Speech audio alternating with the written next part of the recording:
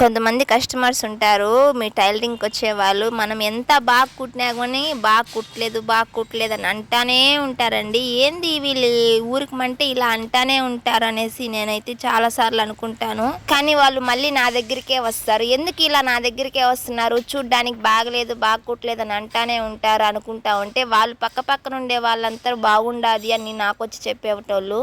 ఎందుకండి అలా చెప్పడం, ఎందుకని ఈ అమ్మాయి ఇలా చెప్తుందని అనుకుంటే, 10 రూపాయలు తక్కువ తీసుకుంటాను. ఇప్పుడు 100 అనుకోండి, 80 తగ్గించి లేక పోలీలే నీకు సెట్ అవ్వలేదు అని అంటాం కదా, అందుకనేసి అలా చెప్తారన్నమాట. చెప్తే మనకి బాగలేదని చెప్తే వాళ్ళు ఎట్లయినా మనం జాలిపడి కొంచెం డబ్బులు తక్కువ తీసుకుంటాం అనేసి వాళ్ళ ఫీలింగ్ అనమాట. ఇలా చాలామంది 2-3 అయితే తగిలారు నాకైతే.